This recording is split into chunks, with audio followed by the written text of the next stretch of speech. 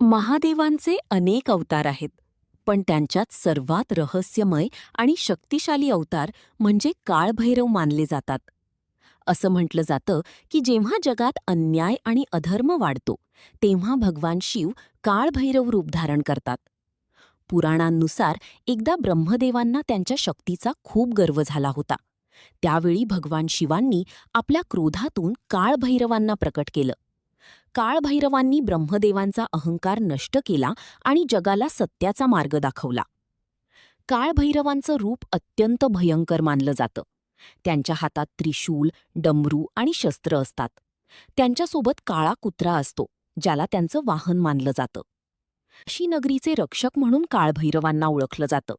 असं मानलं जातं की काशीमध्ये प्रवेश करण्यापूर्वी काळभैरवांची परवानगी घ्यावी लागते. म्हणूनच त्यांना काशीचे कोतवाल असंही म्हटलं जातं.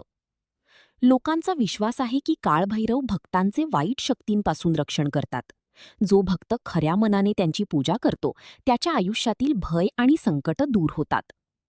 काळभैरवांची पूजा विशेषतः रात्री केली जाते.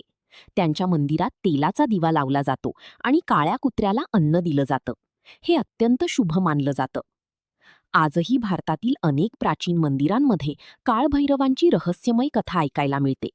काही लोक सांगतात की रात्री मंदिराजवळ विचित्र शक्तींची अनुभूती होते. म्हणून काळभैरवांना फक्त देव नाही, तर एक दिव्य रक्षक मानलं जातं. जर तुम्हीही महादेवांचे भक्त असाल तर कमेंटमध्ये जय काळभैरव नक्की लिहा. धन्यवाद.